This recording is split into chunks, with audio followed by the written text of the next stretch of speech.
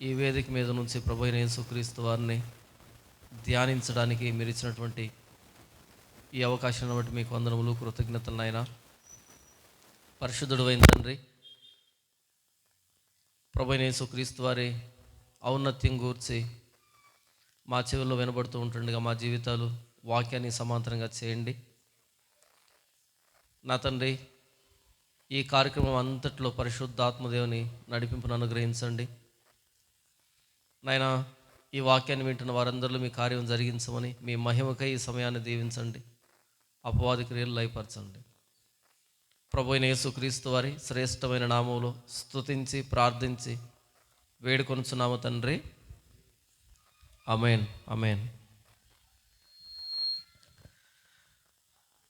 మొట్టమొదటిగా ఈ ఆత్మీయ ఉజ్జీవ సభలో Venkatadripeta main road, new Guntur, ఈ గుంటూరుకి, ఈ ప్రాంతానికి నన్ను ఆహ్వానించి ఈ వేదిక మీద నుంచి ప్రభువైన యేసుక్రీస్తు వారు ప్రకటించబడ్డానికి నాకు అవకాశాన్ని ఇచ్చినటువంటి సహోదరుడు జాన్ మోజెస్ గారికి ప్రభు పేరిట సభాముఖంగా కృతజ్ఞతలు, ధన్యవాదాలు తెలియజేస్తున్నాను. ఆయన టీం అందరికీ, దేవ సహాయం గారు, ఆయన టీం కలిసి ఈ కార్యక్రమాన్ని వారు చేస్తున్నారని చెప్పాడు. చాలా సంతోషం. ఈ మొదటి రోజు మనం ప్రభువైన యేసుక్రీస్తు వారిని ఎందుకు అంగీకరించాలి? ప్రస్తుతం ప్రపంచవ్యాప్తంగా కొన్ని కోట్ల మంది క్రైస్తవులు ఉన్నారు. అయితే ఒక దురదృష్టకర సంఘటన ఏంటంటే, యేసు ప్రభువుని ఎందుకు నమ్మాలి అని తెలియకుండా చాలామంది ఉన్నారు. మనం ఏం తింటున్నామో తెలియకుండా తిన్నామనుకోండి, దాని అర్థం మనకి స్పృహ లేదనో, లేకపోతే నాలుగు పని చేయట్లేదనో అని అనుకోవచ్చు. కానీ మనం ఏమి విని యేసు ప్రభువుని అంగీకరించాము? ఎవరైనా మనల్ని నిలవబెట్టి యేసు ప్రభువుని ఎందుకు నమ్ముకున్నారు అని అడిగితే మనం చెప్పేటువంటి సమాధానం ఏంటి? మన కారణం ఏమై ఉంటుంది? ఈరోజు క్రైస్తవ్యానికి బయట ఎదురవుతున్నటువంటి సవాళ్ళు, ఎందుకు యేసు ప్రభువుని నమ్ముకుంటున్నారు అనేటువంటి ప్రశ్న మనకు ఎదురైనప్పుడు అవతల వ్యక్తి ఆలోచించేట్టుగా, అవతల వ్యక్తి మారు మాట్లాడకుండా తగినటువంటి హేతు మనం ఎప్పుడు చెబుతాము అంటే, మనకి మొదట ప్రభువైన యేసుక్రీస్తు వారిని ఎందుకు నమ్మాలి అనేది తెలిసి ఉంటే మనం చెప్పగలుగుతాం. ఈరోజు ప్రపంచవ్యాప్తంగా చర్చిలు పెరిగిపోయాయి, క్రైస్తవుల సంఖ్య పెరిగిపోయింది. కానీ క్రీస్తుని ఎందుకు నమ్మాలి అనే దానికి సమాధానం లేదు. ఒక్కొక్కరిది ఒక్కొక్క కారణం. మేము ఎందుకు యేసుప్రభువుని నమ్ముకున్నామంటే అని వారి సొంత కారణాలు వాళ్ళకు ఉన్నాయి తప్ప, ఇంతకీ బైబిల్ ఏం చెప్పింది? బైబిల్ ఇచ్చినటువంటి కారణం ఏంటి? మనం మెడికల్ షాప్కి వెళ్ళి ముందు మన జబ్బు చెప్పాలి. జ్వరానికి మాత్ర ఇవ్వు అని అడుగుతాం, లేకపోతే తలనొప్పికి మాత్ర ఇవ్వు అని అడుగుతాం. జబ్బు చెప్పినప్పుడు ఆ వ్యక్తి మనకి మాత్ర ఇస్తాడు. అలా కాకుండా ఏదో ఒక మాత్ర ఇవ్వు అని అడుగుతామా? లేదు. మన జబ్బు ఏంటో దానికి సంబంధించినటువంటి మెడిసిన్ మనం తీసుకుంటాం కదా. ఇంతకీ యేసు ప్రభువు అనే ఆయన్ని మనం దేనికి అంగీకరించాలి? ప్రపంచం నిండా మతాలు ఉన్నాయి కదా, ప్రపంచం నిండా రకరకాల సిద్ధాంతాలు, ధర్మాలు, నైతిక సూత్రాలు, ఏంటో మత సంబంధమైనటువంటి విషయం చాలా ఉంది కదా ప్రపంచం నిండా. అందులో ప్రత్యేకంగా యేసు ప్రభువు ఆయన్ని ఎందుకు అంగీకరించాలి? మనం ఏదో ఒక ధర్మంలో, ఏదో ఒక పద్ధతిలో మనకున్నటువంటి ఈ చిన్న జీవితాన్ని ముగించుకుంటే సరిపోదా? ఏంటి యేసు ప్రభువులో ఉన్నటువంటి ప్రత్యేకత? కీర్తనల గ్రంథము 86వ కీర్తన 5వ వచనంలో కీర్తనకారుడు చెబుతున్నటువంటి ఒక మాట, అంటే మనం నమ్ముకున్నటువంటి దేవుని లక్షణాన్ని గురించి ఆయన ఆవిష్కరిస్తున్నాడు. దీన్ని ఏమంటారు అంటే ప్రార్థనా కీర్తన అని పిలుస్తారు. ప్రార్థన చేస్తాడు ఇక్కడ భక్తుడు.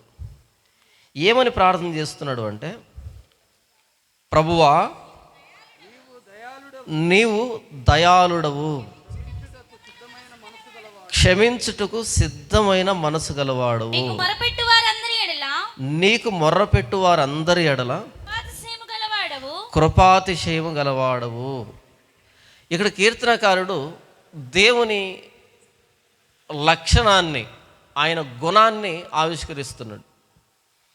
మనం ఆయనకు ప్రార్థన చేస్తున్నామంటే ఆయన గుణం మీద ఆధారపడి, ఆయన లక్షణం మీద ఆధారపడి. మనం సేవిస్తున్న దేవుడు ఎవరు అంటే, ప్రభువా నీవు దయాళుడవు, క్షమించుటకు సిద్ధమైన మనసు గలవాడువు. మన దేవుడు ఎవరంట? క్షమించడానికి సిద్ధమైన మనసు కలిగిన దేవుడు. బహుశా నేను 3వ తరగతి లేదా 4వ తరగతి ఉన్నటువంటి అంత చిన్నతనంలో మా నాన్న బాగా జూదం ఆడేవాడు. ఇది మా వైపు దాయాలు అంటారు, కొన్ని చోట్ల బారా కట్ట అంటారు. తెలుసా మీకు ఆ విషయం? ఇక్కడ చింతపిక్కలు ఉంటాయి, అలా వేసి తెల్లవి పైకి నల్లవి కిందకి ఇలా ఉంటాయి కదా. అది జూదం ఆడేవాడు బాగా మా నాన్న. డబ్బు పెట్టి ఆడేవాడు, 4 కూర్చుంటారు 4 వైపులా. అయితే అలా వేస్తూ ఉన్నప్పుడు పడకపోతే, అనుకున్న సంఖ్య పడకపోతే ఆ టెన్షన్ భరించలేక, ఎందుకని మొదటి గేమ్లో డబ్బు పోతుంది, రెండో గేమ్లో డబ్బు పోతుంది, ఇలా పోయే కొద్దీ ఆ టెన్షన్ భరించలేక నన్ను పిలిచి చేతికి ఒక 10 రూపాయలు డబ్బు ఇచ్చి వెంటనే బీడీ కట్టబట్టుకొని రా అని చెప్పేవాడు. ఎందుకంటే ఆ టెన్షన్కి ఒక బీడీ నోట్లో పెట్టుకుంటాడు, ఇలా లాగుతూ ఉంటాడు అంతే. ఆయన ధ్యాస అంతా ఆట మీద ఉంటుంది. ఎంత త్వరగా పీల్చేస్తాడంట దాన్ని, ఆ టెన్షన్ భరించలేక. అలా కట్ట వీడి తీసుకొని వచ్చి ఇస్తే 1 గంట కల్లా కట్ట అయిపోతే మరలా 10 రూపాయలు ఇచ్చి మరలా కట్ట బీడి తీసుకొని రావాలి. అంత టెన్షన్ ఉంటుంది ఆ జూదంలో, వందలు పెట్టి ఆడేటువంటి పరిస్థితి. అయితే నేనేం చేసామనంటే, నాది చిన్న వయసు, 3వ తరగతి లేదా 2వ తరగతి అంటే చాలా చిన్న వయసు కదా అది. 10 రూపాయలు ఇచ్చి బీడీ కట్ట తీసుకొని రా అంటే అక్కడ నుంచి ఒక 50 మీటర్ల దూరంలో అంగడి, అది ఒక చిన్న బస్ స్టాండ్ లాంటిది. అక్కడ వెళ్ళి ఏం చేస్తాను అంటే, ఒక 5 రూపాయలు కట్ట ఒక షాపులో కట్ట బీడీలు తీసుకొని కొంచెం బయటకు వచ్చి, అక్కడి నుంచి కొన్ని అడుగులు బయటకు వచ్చి అందులో ఒక 4 బీడీలు బయటికి లాగి మరలా వెనక్కి వెళ్ళి, మా నాన్న కట్టొద్దన్నాడు, ఈ 4 వెనక్కి తీసుకొని డబ్బు ఇవ్వు అని అడగడం. వాళ్ళు రూపాయో లేకపోతే ₹1 చేతిలో పెడితే మరలా ఆ దారం ఉంటుంది కదా చుట్టూ, ఆ దారాన్ని గట్టిగా బిగించి మా నాన్న దగ్గర తీసుకొని వచ్చి ఇచ్చేవాడిని. ఈయన ఈ టెన్షన్లో ఉన్నాడు కదా, ఈ జోదమాడుతూ టెన్షన్లో ఉన్నాడు కాబట్టి ఏమైనా బీడీలు తగ్గాయా అన్నది తెలియదు ఆయనకి, బిర్రుగా ఉంది కదా. అలా ఇవ్వగానే దాన్ని తీసి నోట్లో పెట్టుకోవడం, వెలిగించుకోవడం, మరలా ఆడుతూ ఉంటాడు. ఈ రూపాయిని నేను ఏం చేస్తాను అంటే పక్కంగడికి వెళ్ళి, అక్కడికి వెళ్ళి బిస్కెట్లు చాక్లెట్లు కొనుక్కొని అలా తింటూ వస్తూ మనసులో అనుకునేవాడిని, అరే ఇంత చిన్న వయసులో నాకు ఎంత తెలివి కదా, 2వ తరగతి 3వ తరగతి వయసులో ఎంత తెలివి ఉంది నాకు అసలు అని నన్ను నేను పొగుడుకుంటూ అలా తింటూ రావడం. మరలా 1 గంటకి ఇవి అయిపోవడం, మరలా 10 రూపాయలు ఇవ్వడం, మరలా ఈసారి ఇంకో అంగడికి వెళ్ళడం, అక్కడ కట్ట తీసుకోవడం, మరలా 4 వెనక్కి ఇవ్వడం, ₹1 తీసుకొచ్చి ఇక్కడ ఇవ్వడం, మరలా కొనుక్కొని తింటూ రావడం. ఆయన డబ్బు నాకు ఇవ్వడానికి కాదు, ఇస్తాడు, కానీ దొంగలించిన నీళ్ళు తీపి, చాటుగా తినిన భోజనం రుచి కదా. సామెతల్లో జ్ఞానైన సొలొమోను చెప్తాడు, దొంగలించిన నీళ్ళు తీపి, చాటుగా తినిన భోజనం రుచి. ఏదో అదొక మజా, అందులో ఒక ఏదో తెలియని ఒక సంతోషం, ఎంత తెలివో అనేటట్టుగా. ఇది రోజు జరిగేటువంటి తంతు. ప్రతిరోజు మధ్యాహ్నం వరకు పనికి వెళ్ళడం, మధ్యాహ్నం నుంచి అందరూ వచ్చి రచ్చబండ లాంటి దగ్గర కూర్చోవడం, ఇక సాయంకాలం దాకా జోదమాడడం, ఇక మధ్యాహ్నం నుంచి నేను అంగడికి ఈ ఆట దగ్గరికి తిరగడం. ఇదే పరిస్థితి రోజు. ఒకానొక రోజు అలాగే బయటికి వెళ్ళాను, అంగడి దగ్గరికి వెళ్ళాను, తీసుకున్నాను, ఇంకో షాపులో ఇచ్చాను, తింటూ ఇలా వెనక్కి వస్తున్నా. 4 అడుగులు వేసేటప్పటికి ఒక వ్యాన్ వచ్చి ఆగింది ఆ జంక్షన్లోకి, ఆ సెంటర్లోకి. ఆ వ్యాన్ పైన మైకులు కట్టున్నాయి, 4 వైపులా 4 మైకులు ఉన్నాయి. ఆ మైకుల్లో నుంచి ఒక శబ్దం వినపడుతుంది. ఆ శబ్దం ఏంటంటే, నీవు క్షమించు అని అడిగితే క్షమించే దేవుడు ప్రభువైన యేసుక్రీస్తు వారు. నీవు ఎంతటి పాపమైనా సరే నీ పాపాన్ని క్షమిస్తాడు ఆయన. నీవు ఆయనకి ఏమీ ఇవ్వనక్కర్లేదు, కేవలం క్షమించు అని అడిగితే చాలు. క్షమించే సిద్ధమైన మనసు కలిగిన దేవుడు, సిద్ధమైన మనసు కలిగిన దేవుడు ప్రభువైన యేసుక్రీస్తు వారు అనే మాట ఆ మైకులో నుంచి వినబడుతుంది. లోపల కూర్చొని మైకులో మాట్లాడుతున్నా, బయట నుంచి ఆ శబ్దం వినపడుతుంది నాకు పక్కనే, దగ్గరనే. ఎప్పుడైతే ఆ మాట నా చెవిలో పడిందో, క్షమించు అంటే క్షమించడానికి సిద్ధమైన మనసు కలిగిన దేవుడు యేసుక్రీస్తు అని వినపడిందో, అప్పుడు నా మనసులో మెదిలినటువంటి ఆలోచన ఏంటంటే, అవును కదా, నేను చేస్తున్నది పాపం. ఆ మాట వినబడనంత వరకు నేనేమనుకున్నాను అంటే, దాన్ని తెలివి అని అనుకున్నా. ఎంత తెలివి ఉందో నాకు అనుకున్నా. మా నాన్నని బురిడి కొట్టిస్తున్నా అనుకున్నా. కానీ ఎప్పుడైతే ఆ వాక్యం వినబడిందో, వెంటనే నా మనసులో వచ్చినటువంటి ఆలోచన, నేను చేస్తున్నది పాపం, నేను చేస్తున్నది మోసం. అంటే ఖచ్చితంగా ఈ పదాలు నాకు రాలేదు, కానీ ఆ వయసులో ఇది తప్పు అనేది నాకు అర్థమైంది. నేను ఇన్ని రోజులు చేసింది తప్పు, ఇది పాపం. వెంటనే నాకు వచ్చిన ఇంకొక ఆలోచన ఏంటంటే, సరే ఇప్పుడు నా వయసు 2వ తరగతి 3వ తరగతి కదా, నేను పెద్ద అయిన తర్వాత ఈ యేసు ప్రభువుని నమ్ముకోవాలి అనే ఆలోచన మొట్టమొదటిసారి నా మనసులో మెదిలింది. ఎందుకు? రేపు కూడా ఇదే పని చేస్తాను నేను, ఎల్లుండి కూడా ఇదే పని చేస్తాను నేను. పెద్ద అయ్యేంతవరకు ఎలాంటి పనులు చేస్తాను నేను. పెద్ద అయిన తర్వాత నాకంటూ ఒక స్వతంత్రత వచ్చిన తర్వాత నేను నమ్ముకోవాల్సిన దేవుడు ఎవరు? ప్రభువైన యేసుక్రీస్తు. ఎందుకని? ఆయన క్షమించు అంటే క్షమించేస్తాడంట. క్షమించు అని అడిగితే చాలు క్షమించేస్తాడంట. ఆ వయసులో నా మనసులో పడినటువంటి ఆలోచన అది.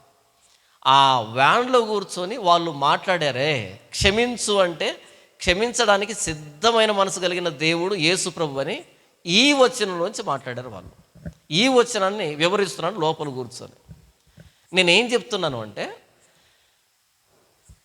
మనందరి ఇళ్ళలో టీవీలు ఉన్నాయి కదా, టీవీలు ఉన్నాయి. అక్కడ గోడకి టీవీ ఫిక్స్ చేసి ఉంటాం, మనం ఇక్కడ సోఫాలో కూర్చుంటాం. మన చేతిలో ఏముంటుందో రిమోట్ కంట్రోల్ ఉంటుంది.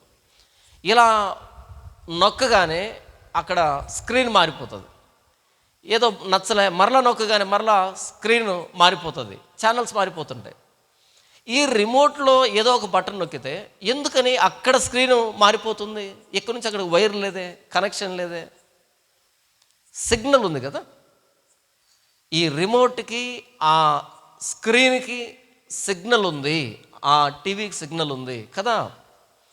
ఎందుకని ఆ మైకులో నుండి క్షమించేదానికి సిద్ధమైన మనసు కలిగిన దేవుడు యేసు ప్రభు అనగానే ఎందుకు నా మనసులో ఆలోచనలు వెంటనే మారిపోయాయి? అంతవరకు జ్ఞానం అనుకున్నది అలా వెళ్ళిపోయి, కాదు ఇది పాపం అనేటువంటి ఆలోచన ఎందుకు వచ్చింది? ఎప్పుడైతే ఈయన క్షమించే దేవుడు అనగానే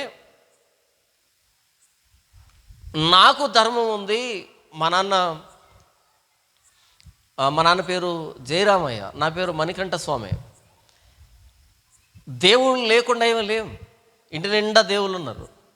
మరి ఎప్పుడూ రాని ఆలోచన ఇప్పుడు ఎందుకు వచ్చింది నాకు? ఆ మాట్లాడుతున్నటువంటి మాట చెప్పినటువంటి దేవుడికి నాకు సంబంధం ఉంది.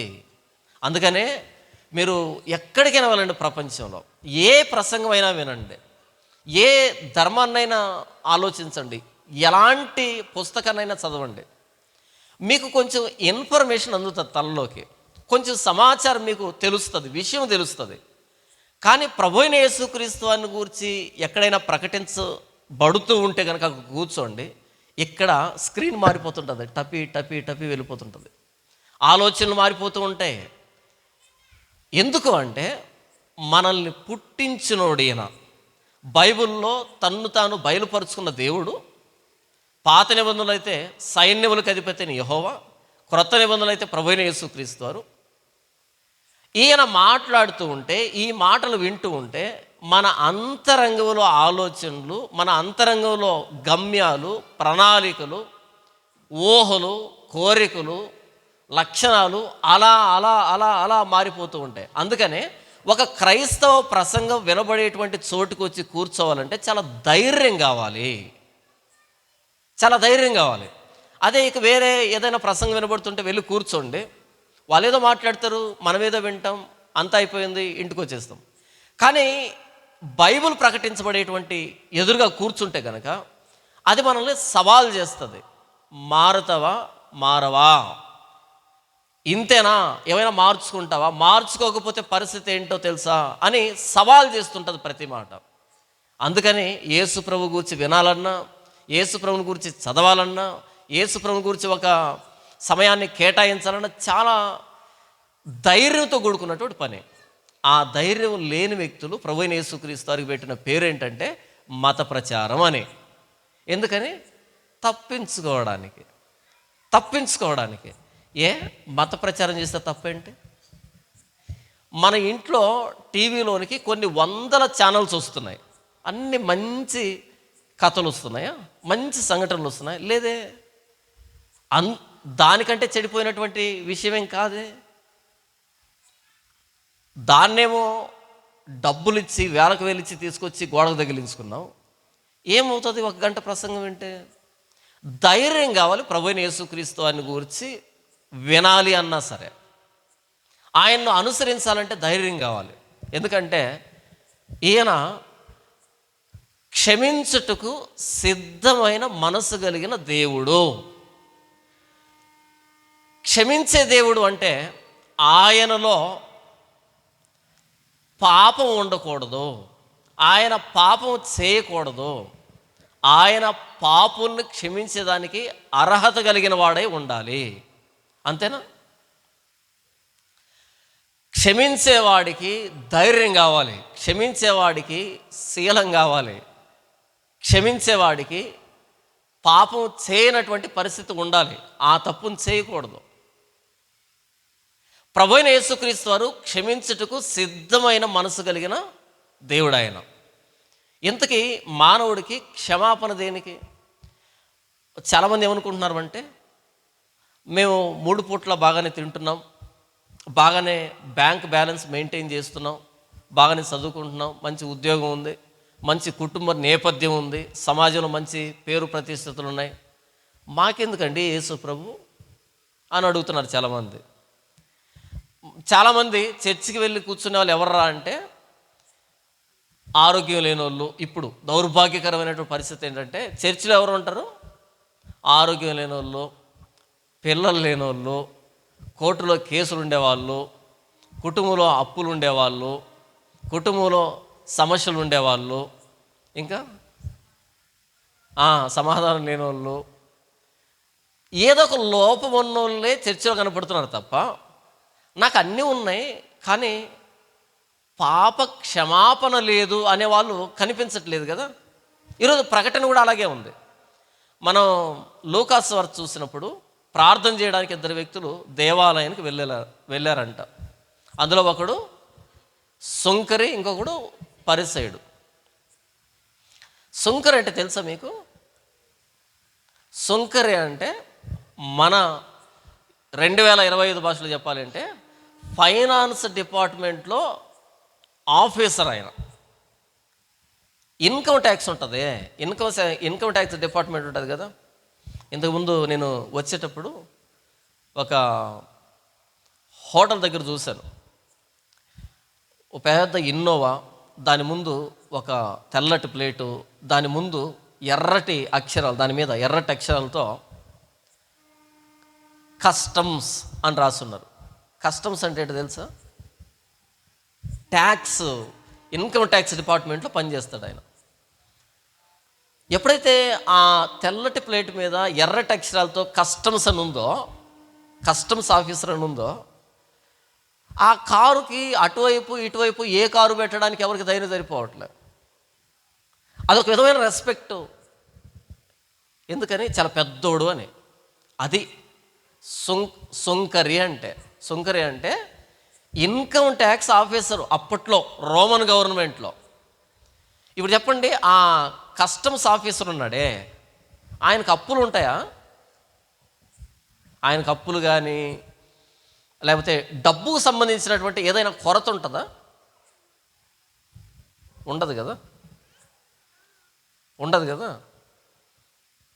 ఒకవేళ ఈయనకున్నా సరే, మన యేసుప్రభు చెప్పాడే, సొంకపు గూతదారుడు సొంకరే, ఆయనకు అస్సలు ఉండదు. ఎందుకంటే ఇప్పుడు వీళ్ళైనా కొంచెం గవర్నమెంట్కి డాక్యుమెంట్ చూపించాలి, కానీ ఆయన డాక్యుమెంట్ చూపించాల్సిన అక్కర్లే, ఆయన ఇష్టం. అలా ఉండేది ఆ రోజుల్లో. సొంకరి అంటే పరమ పాపి. పాపి అంటే విపరీతమైన డబ్బు లాగుతాడు అనేటువంటి ఆలోచన ఆ రోజుల్లో. ఆయన దేవాలయానికి ఎందుకు వచ్చాడు? పిల్లలు లేరా ఆయనకి? పెళ్ళి కాలేదా? గవర్నమెంట్ జాబ్ లేదా? అప్పులు ఏమైనా ఉన్నాయా? కడుపులో గడ్డలు ఏమైనా ఉన్నాయా? కిడ్నీలో రాళ్ళు ఏమైనా ఉన్నాయా? దయ్యాలు పట్టిందా? కోర్టులో కేసులా? ఎందుకు వచ్చింటాడు దేవాలయానికి? అలా నిలవబడి, దేవాలయానికి దూరంగా నిలవబడి, ఆకాశం వైపు కన్నులు ఎత్తుటకు ధైర్యం చాలక రొమ్ములు బాదుకుంటూ ఏమన్నాడు? దేవా, పాపినైన నన్ను కరుణించు. మనం కూడా వెళ్తాం చర్చికి. పెద్ద పెద్ద చర్చిలు ఉంటాయి కదా, పెద్ద పెద్ద సభలు ఉంటాయి. ఆ పెద్ద పెద్ద సభలో ఏం చేస్తారంటే, చాలామంది ఎక్కువ మంది కూర్చుంటారు కదా, ఎక్కువ మంది వచ్చారు సభకు అని చెప్పడానికి ఏం చేస్తారు? 4-5 డ్రోన్లు గాల్లో ఎగరేస్తారు. డ్రోన్ అంటే తెలుసా మీకు? అలా తిరుగుతూ పైన కెమెరా అందరినీ క్యాప్చర్ చేస్తారు అనమాట. అలా డ్రోన్లు పైకి ఎగరేస్తారు. ఆ డ్రోన్లలో ఎవరిని క్యాప్చర్ చేస్తారంటే, ఎవరైతే కళ్ళు మూసుకొని చేతులెత్తి వలవలా ఏడుస్తుంటారో వాళ్ళని క్యాప్చర్ చేస్తుంది అనమాట. ఎందుకు అంటే, ఈయన చేసే ప్రసంగానికి చూడు ఎంత వలవల ఏడుస్తున్నారో అనేటట్టుగా బయట సమాజానికి. ఇప్పుడు నిజంగానే ఆ క్యాప్చర్ చేసిన వ్యక్తి దగ్గరికి వెళ్ళి, ఏమ్మా ఎందుకు అంత ఏడుస్తున్నావు? ఆయన చెప్పే ప్రసంగం నేను అంతగా పొడవబడి నీ పాపాలన్నీ ఒప్పుకుంటున్నావు కదా అంటే, ఏ ఊరకో, నాకు విపరీతమైన కడుపు నొప్పి అంటదా ఆవిడ? అన్నదా? ఏ ఊరుకో, నాకు పెళ్ళి 15 సంవత్సరాలు అవుతుంది, ఇప్పటికీ పిల్లలు లేరు, సూటిపోటి మాటలు తట్టుకోలేకపోతున్నా అంటది కదా. ఇటుపక్క ఆయన ఏడుస్తూ ఉంటాడు. ఏమయ్యా ఎందుకు ఏడుస్తున్నావు? పాపాలన్నీ గుర్తొచ్చాయా? పశ్చాత్తాపడుతున్నా? నోరు మూసుకో, నాకు అప్పులు ఎక్కువే అంటాడు ఆ వ్యక్తి కదా. ఈరోజు డ్రోన్ కెమెరాల్లో దొరుకుతుంది ఎవర్రా అంటే, సామాజికంగా ఏమీ లేనటువంటి స్థితిలో, అననుకూల పరిస్థితుల్లో ఉన్నారే వాళ్ళు ఏడుస్తున్నారు. కానీ యేసుప్రభు చెప్పినటువంటి ఉపమానంలో, ఆ సందర్భంలో సుంకరి అన్నీ ఉన్నాయి, అన్నింట్లో బాగున్నాడు. ఎందుకు ఏడుస్తున్నాడు అంటే, దేవా, పాపినైన నన్ను కరుణించు అని ఏడుస్తున్నాడు. వెళ్ళండి, ఏ చర్చికైనా వెళ్ళండి, మీ ఇష్టం, ఏ చర్చి అయినా పేరు పెట్టుకొని వెళ్ళండి. ఎవరు పాప క్షమాపణ కోసం ఏడుస్తున్నారో వెతకండి, భూతద్దం పెట్టి వెతకండి. ఒక్కడు కనపడితే ఆ చర్చిలో సెటిల్ అయిపోండి, ఇదే పరలోకం అనేటట్టుగా. ఎక్కడ లేరు. అలాంటి ప్రసంగాలు లేవు, అలాంటి పరిస్థితులు లేవు. ఎందుకు చర్చికి వెళ్తున్నారంటే, వీళ్ళకేదో పరిస్థితి వికటించింది. వాళ్ళేం బోధిస్తున్నారు అంటే, ఏం పర్లేదు, 7 వారాలు వస్తే మీకు దేవుడన్ని సమకూరుస్తాడు. అవునా? ఇదే కదా పరిస్థితి ఈరోజు. భూమి మీద మనకు ఉన్నా లేకపోయినా, మనం తిన్నా తినకపోయినా, ప్రతి మానవుడికి ఏం కావాలంటే క్షమాపణ. ఏం కావాలి? పాప క్షమాపణ కావాలి. బైబిల్ ఏం చెప్పిందంటే, నీతిమంతుడు లేడు, ఒక్కడును లేడు. నీతిమంతుడు లేడు, ఒక్కడును లేడు, ఏ భేదము లేదు. అందరూ పాపం చేసి దేవుడు అనుగ్రహించిన మహిమను పొందలేకపోతున్నారు అని వ్రాయబడింది. ప్రతి మానవుడు పాపి అని బైబిల్ చెప్తుంది. అయితే కొంతమంది పాపులు కోటీశ్వరులుగా ఉండొచ్చు, కొంతమంది పాపులు పేదవాళ్ళుగా ఉండొచ్చు, కొంతమంది పాపులకి కడుపులో గడ్డలు ఉండొచ్చు, కొంతమంది పాపులకి పిల్లలు పుట్టకపోవచ్చు, కొంతమంది పాపులకి 10 మంది పిల్లలు ఉండొచ్చు, కొంతమంది పాపులకి గవర్నమెంట్ ఉద్యోగం లేకపోవచ్చు, కొంతమంది పాపులు కోర్టులో కేసులు ఉండొచ్చు, కొంతమంది కోర్టులో జడ్జిలుగా ఉండొచ్చు. మొత్తంగా అందరం కలిపి పాపులమే, నీతిమంతులు లేడు, ఒక్కడు లేడని బైబిల్ చాలా స్పష్టంగా చెబుతుంది. ఇప్పుడు చెప్పండి, అందరికీ పాప క్షమాపణ కావాలన్నా, కొందరికి పాప క్షమాపణ కావాలన్నా? అందరికీ చనిపోయే ముందు పాప క్షమాపణ తప్పనిసరిగా కావాలి. ఒకవేళ పాపాలు క్షమించబడకపోతే ఏమవుతుంది? నిత్య నరకం, నిత్య నాశనం అని బైబిల్లో చెప్పబడింది. మరి ఇంత స్పష్టంగా మన రోగము, ఇంత స్పష్టంగా మన రోగానికి పరిహారం, చికిత్స రెండు కనబడుతూ ఉన్నప్పుడు, ఆ దేవుడు తనకు తానుగా మిమ్మల్ని క్షమించేటువంటి సిద్ధమైన మనసు కలిగిన దేవుణ్ణి అని చెబుతూ ఉన్నప్పుడు ఆయన మతం ఎందుకు అవుతాడు? ఇది మత ప్రచారం ఎందుకు అవుతుంది? మన రోగము పాపం అయితే, ఈ రోగానికి శిక్ష నరకం అయితే, ఈ రోగానికి చికిత్స క్షమాపణ అయితే, ఇదే కదా మనం ప్రకటించబడుతుంది. దేవా, నీవు క్షమించుటకు సిద్ధమైన మనసు కలిగిన దేవుడువు.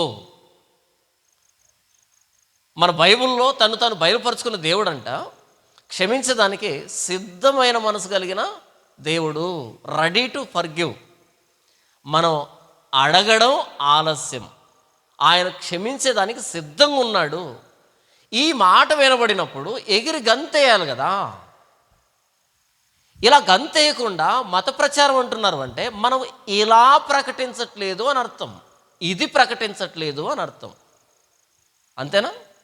ఈరోజు భారతదేశ వీధుల్లో ప్రభువైన యేసుక్రీస్తుని ప్రకటిస్తూ ఉంటే ఎందుకు అభ్యంతరపరచబడుతున్నారంటే, మనం ప్రకటించాల్సింది ప్రకటించకుండా ప్రకటించకూడనిది ప్రకటించడం ప్రారంభించాం. ఎంతమందికి ప్రభువైన యేసుక్రీస్తు వారు అర్థమయ్యాడు అనేది పక్కన పెట్టేసి ఎంతమంది చర్చికి వస్తున్నారనే నంబర్ ఎంచుకోవడం ప్రారంభమైంది. అంతేనా? ఈరోజు ఎకరాలు చర్చిలు కట్టుకొని లోపలికి ఇంకా పూర్తిగా వచ్చి నిండలేదే, ఇంకా కుర్చీలు ఖాళీగా ఉన్నాయి, నంబర్ గేమ్. ఏమి ఎలక్షన్లో పోటీ చేస్తారా ఏంది? ఎమ్మెల్యేకి ఏమైనా పోటీ చేస్తారా ఇంతమందిని సంపాదించి? యేసు ప్రభు అన్నాడు, జీవానికి పోయే దారి ఇరుకు దారి, నాశనానికి పోయే దారి విశాలమైన దారి, దాని ద్వారా పోయేవారు అనేకులు కదా.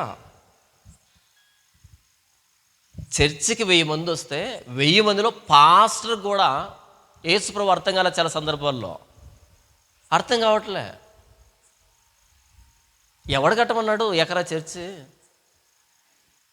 పోటీగా కడుతున్నది, రికార్డు కోసం కడుతున్నావా? ఇంకెవరో చర్చి కట్టొద్దా? ఇంకెవరో పరిచర్య చేద్దాం? మొత్తం అంతా డీమార్ట్ ఉంది కదా మీ గుంటూరులో, ఎందుకని డీమార్ట్లు కట్టుకున్నారే? ఇంకెక్కడ ఎవడు కొనొద్దా? మొత్తం అంతా నీ షాపేనా? చిల్లర కొట్లు బ్రతకొద్దా?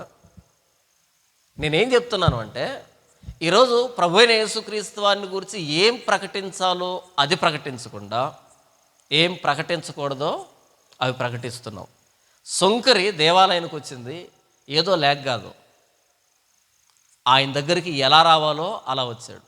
దేవాలయం అంటే అర్థం ఏంటంటే, ఆ రోజు సొలొమోను దేవాలయం, నా మందిరము సమస్త జనులకు ప్రార్థనా మందిరం అనబడుతుంది.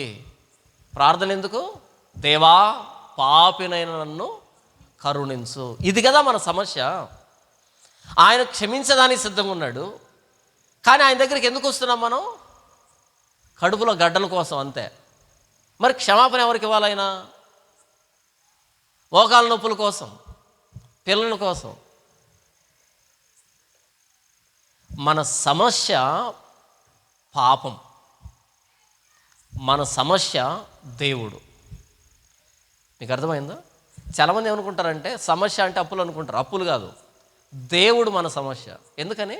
మనం పాపులం కాబట్టి. ఆయన కూడా పాపి అయి ఉంటే, మనలాంటి లక్షణం ఏదైనా ఆయనలో ఒకటి ఉండి ఉంటే అప్పుడు ఆయనతో మనకు సమస్య లేదు. ఎందుకని? మనలాంటోడే కాబట్టి.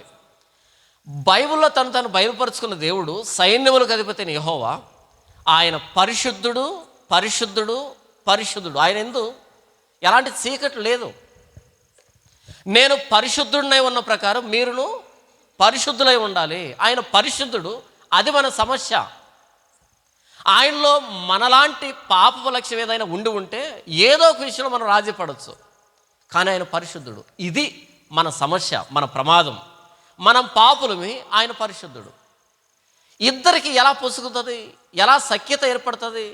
కాబట్టి చనిపోక ముందే నా దగ్గరికి రండి, నేను మిమ్మల్ని క్షమించడానికి సిద్ధంగా ఉన్నాను అని అంటున్నాడు ఆయన. ఎంతమంది తమ పాపాలను ఒప్పుకుంటూ మమ్మల్ని క్షమించమని వేడుతూ ఈరోజు చర్చిలకు వెళ్తున్నారు, యేసు దగ్గరికి వస్తున్నారు. ఒకవేళ మీరు కనుక ప్రభువైన యేసుక్రీస్తుని నమ్ముకున్నది పాప క్షమాపణ కోసం అయి ఉంటే కనుక, మీరు ప్రభువైన యేసుక్రీస్తుని గురించి పక్క వ్యక్తులు చెబుతూ ఉన్నప్పుడు మత ప్రచారం చేయొద్దనే మాట మీకు వినపడదు. మరొకసారి చెప్తాను, చాలా జాగ్రత్త వినండి. ఒకవేళ మీరు కనుక నా పాపాలని ప్రభువైన యేసుక్రీస్తు వారు మాత్రమే క్షమించే దేవుడు, నా పాపాల కోసం ప్రాణం పెట్టింది ఆయనే అని గనక నమ్ముకొని ఉండి ఉంటే, అలాంటి నీవు ప్రభువైన యేసుక్రీస్తు అని గురించి ఎవరికైనా బోధిస్తే అటువైపు నుంచి మత ప్రచారం ఎందుకు చేస్తున్నారన్న మాట ఎప్పటికీ మీరు వినరు. ఎందుకో తెలుసా? మీ మాట అంత రీజనబుల్గా ఉంటుంది, అంత లాజిక్గా ఉంటుంది, అంత హేతుబద్ధంగా ఉంటుంది, అవతల వ్యక్తిని ఆలోచించే విధంగా ఉంటుంది, ఆలోచింపజేసే విధంగా ఉంటుంది. అదే మీరు కనుక కిడ్నీలో రాళ్ళ కోసమో, కడుపులో మంట కోసమో, గడ్డల కోసమో, అప్పుల కోసం నమ్ముకొని ఉండే కనుక మీరు నోరు తెరిచి మాట్లాడడం ప్రారంభిస్తే ఏంటి మాకు ఈ నస అనేటువంటి రిప్లై వస్తుంది. ఎందుకని? మీకు విషయం తెలియదు యేసుప్రభువుని ఎలా ప్రకటించాలో. ఈ ప్రపంచంలో నిన్ను నేను క్షమిస్తాను అనేటువంటి ఏకైక దేవుడు ప్రభువైన యేసుక్రీస్తు వారు. నీవు క్షమించుటకు సిద్ధమైన మనసు కలిగిన దేవుడు అని ఆయన గుణాన్ని పాడుతున్నాడు కీర్తనకారుడు. అంటే ఇంకెక్కడ ఈ లక్షణం లేదని అర్థం. నేను దొంగను అనుకోండి, నన్ను ఎవరు క్షమిస్తారు? ఎప్పుడు దొంగతనం చేయనటువంటి దేవుడు క్షమిస్తాడు. నేను వ్యభిచారిని అనుకోండి, నన్ను ఎవడు క్షమిస్తాడు? ఎప్పుడు వ్యభిచారం చేయనటువంటి దేవుడు క్షమిస్తాడు. నేను మోసగాన్ని అనుకోండి, నన్ను ఎవరు క్షమిస్తారు? మోసం చేయనటువంటి దేవుడు క్షమిస్తాడు. నేను అబద్ధీకుని అనుకోండి, అబద్ధం చెప్పని దేవుడు క్షమిస్తాడు. నేను హంతకున్నైతే హత్య చేయనటువంటి దేవుడు క్షమిస్తాడు. నేను పాపినైతే పరిశుద్ధుడైన దేవుడు క్షమిస్తాడు. నీవు క్షమించుటకు సిద్ధమైన మనసు కలిగిన దేవుడవు. ఈ క్యారెక్టర్, ఈ లక్షణం కనీసం ఇమాజినేషన్ కూడా ఇంకెక్కడ మీకు దొరకదు. కనీసం ఊహల్లో కూడా ఇలాంటి దేవుడు మీకు ఎక్కడ, ప్రపంచంతో వెతకడు, ఎక్కడ కనపడ్డు. ఒక్క ప్రభువైన యేసుక్రీస్తు మాత్రమే కనిపిస్తాడు. ఈ లక్షణాన్ని బట్టి ప్రభువైన యేసుక్రీస్తుని ప్రకటించినప్పుడు కాదనగలిగిన వాడు ఎవడుంటాడు ఎదురుగా? దీన్ని మత ప్రచారం అనగలిగిన వాడు ఎవడుంటాడు ఎదురుగా? మనం యేసు ప్రభుని ఎలా ప్రకటించాలో అలా ప్రకటించడం మనం ప్రారంభించాలి. అందుకంటే ముందు యేసు ప్రభు ఎవరో మనకు అర్థం కావాలి. మీకు మాట చెప్పమంటారా? ఓసారి నేను బహుశా ఇంటర్మీడియట్ చదువుతున్నటువంటి రోజుల్లో అప్పుడప్పుడే 108 వ్యాన్లని తీసుకొచ్చారు, అంబులెన్స్ని తీసుకొస్తే 108 అని పిలిచేవాళ్ళం కదా. 108 అంటే కదా 108 అని పిలుస్తాం. అయితే ఒక కూల్ డ్రింక్ షాప్ అది. అప్పట్లో కాయిన్ వేసి చేసేటువంటి కాయిన్ బాక్సులు ఉండేటివి, ఆ ఫోన్లు ఎస్టీడీ అవి ఉండేటివి. ఆ కాయిన్ బాక్స్కి ఒక 100 మీటర్ల దూరంలో, జస్ట్ అల్లంత దూరంలో, 100 మీటర్లు కాదు, ఒక 20 మీటర్లు లేదా 30 మీటర్ల దూరంలో 2 స్కూటర్లు ఢీ కొనగానే అందులో ఒక వ్యక్తికి కాలు విరిగిపోయింది, ఒక వ్యక్తికి ముఖం బాగా గాయమైపోయింది, విపరీతంగా బ్లడ్ లాస్ అవుతుంది. అందులో ఒక వ్యక్తి వెంటనే లేచి, అంటే ఈ వ్యక్తికి దెబ్బలు తగలలేదు, లేచి పరిగెత్తుకుంటూ ఈ కూల్ డ్రింక్ షాప్ దగ్గరకు వచ్చాడు. వచ్చి అన్న కాయిన్స్ ఇవ్వన్నాడు. ఇక ఈ రేంజ్లో బ్లడ్ పోతూ ఉంటే కళ్ళారా చూస్తున్నాం, అంతా షాక్ అయి చూస్తున్నాం. ఇక ఆ వ్యక్తి వెంటనే కాయిన్స్ ఇచ్చాడు. ఈ వ్యక్తి ఆ కాయిన్స్ తీసి అందులో వేశాడు, అది తీసి చెవిలో పెట్టుకున్నాడు. అన్న 108 నెంబర్ చెప్పన్నా అని అడుగుతున్నాడు. ఏం చెప్పాలంటే ఇప్పుడు ఆ వ్యక్తికి చెప్పండి, 108 నెంబర్ చెప్పండి. 108ఏనా? స్పెషల్గా నంబర్ లేదా? ఆ వ్యక్తి ఎప్పుడైతే ఆ వ్యక్తి ఆ మాట అన్నాడో అంతవరకు మేము సీరియస్గా చూస్తున్నాం, కొంచెం గంభీరంగా ఉంది వాతావరణం. ఎప్పుడైతే గబగబా పరిగెత్తి అందులో కాయిన్ వేసి చెవి దగ్గర పెట్టుకుని అన్నా 108 నెంబర్ చెప్పు అన్నాడో, వెంటనే పక్కుమన్నవేమంతా పోయింది, అంతా ఆ సీరియస్నెస్. ఎందుకని? ఆ వ్యక్తి చెబుతున్నదే నంబరు 108 నంబర్ అన్నాడే, 108 నంబర్ అంటే. కానీ ఆ వ్యక్తి అనుకున్నాడు తెలుసు, దాన్ని పేరు అనుకున్నాడు 108 అనేది. దానికి ఏదైనా పేరు పెడితే నంబర్ గుర్తుండదని నంబర్నే పేరుగా పెడితే ఆ నంబర్ని పేరు అనుకున్నాడు. అప్పుడు నవ్వి 108 దాని నంబరు అని అన్నాం. ఎగ్జాక్ట్గా ఈరోజు క్రైస్తవుల పరిస్థితి కూడా అదే. యేసు ప్రభు అనే మాట్లాడతాం, ఆ యేసు ప్రభు ఎవరో మనకు తెలియదు. 108 నంబర్ కావాలంట. ఎంత నంబర్ ఎంతకి? ఎగ్జాక్ట్గా యేసు ప్రభుని మాట్లాడతాం తప్ప ఆ యేసు ప్రభు ఎవరో అన్నది మనకు తెలియదు ఫస్ట్. అందుకు నవ్వుతుంది ప్రపంచం మనల్ని చూసి, మత ప్రచారం అని. తెలియక మన క్రీస్తుని ప్రకటించడం ప్రారంభిస్తే అవతల వ్యక్తి కనీసం అటెంప్ట్ చేయలేడు ఆన్సర్ చెప్పడానికి, తప్పించుకోవడానికి. యేసుప్రభు ఎవరో తెలుసా? సమాజం మధ్య నిలబడి నా యందు పాపం ఉన్నదని మీలో ఎవడు స్థాపించగలడు? ప్రశ్నార్థకం. నా యందు పాపం ఉన్నదని మీలో ఎవడు స్థాపించగలడు అంటే దాని అర్థం ఏంటి తెలుసా? 613 ఆజ్ఞలను చేతపట్టుకున్నారు ధర్మశాస్త్రం రూపంలో. ఏ ఆజ్ఞ విషయంలోనైనా నేను అతిక్రమించినట్టుగా ఎవడైనా నిరూపించగలడా? నేను అన్నాను అనుకోండి ఆ మాట పూర్తి కాకముందే టపీ టపీ టపీ చెప్పడం ప్రారంభిస్తారు మీరు కదా. ఒకవేళ మీరు అన్నారనుకోండి నా యందు పాపం ఉన్నదని, ఇప్పుడు మీ వీధి కదా, ఇది మీ వీధి మీ ప్రాంతం కదా, ఇప్పుడు జాన్మోహన్ నిలవబడి నా యందు పాపం ఉన్నదని అన్నాడు అనుకోండి, అది పూర్తి కాకముందే పాపాల చిట్ట బయటకు వచ్చేస్తుంది. ఆ మాట సవాల్ చేయగలిగిన ఏకైక దేవుడు ప్రభువైన యేసుక్రీస్తు. ఇప్పటికీ సమాధానం లేదు. దాని వెంటనే ఉన్న మాట ఏంటి తెలుసా? నేను సత్యము చెప్పుచున్న ఎడల మీరెందుకు నన్ను నమ్మరు? నా యందు పాపం ఉన్నదని మీలో ఎవడు స్థాపించగలడు? నేను సత్యము చెప్పుచున్న ఎడల మీరెందుకు నన్ను నమ్మరు? రెండు అవకాశం ఇచ్చారు ప్రపంచానికి. ఒకటి నాలో పాపం చూపించు, లేకపోతే కాళ్ళు పట్టుకో. Only 2 options. 3 ఆప్షన్ లేదు. నాకు యేసుప్రభు అంటే ఇష్టం లేదు, నేను యేసుప్రభుని నమ్మను, ఆయన మా దేవుడు కాదు, ఇవన్నీ వద్దు, ఈ మాటలన్నీ వద్దు. యేసుప్రభు 2 ఆప్షన్లు ఇచ్చారు. ఒకటి, నా యందు పాపం ఉన్నదని వీళ్ళు ఎవడు స్థాపించగలడు, నాలో పాపాన్ని చూపించు, నంబర్ 1. నంబర్ 2, నేను సత్యం చెప్పుచున్నాడలా మీరెందుకు నన్ను నమ్మరు? పాపమైన చూపించు, లేకపోతే కాళ్ళు పట్టుకో. 3 ఆప్షన్ లేదు. నాకు ఇష్టం లేదు, మా దేవుడు కాదు. ఇలా సవాలు చేసినటువంటి ఏకైక దేవుడిని గురించి ఎందుకు మనం మత ప్రచారం అనేటువంటి మాటని పదే పదే వింటున్నాం? ఏంటి దౌర్భాగ్యం అంటే, యేసు ప్రభువుని గురించి మనకు తెలియక. ప్రభువా, నీవు క్షమించుటకు సిద్ధమైన మనసు కలిగిన దేవుడవు.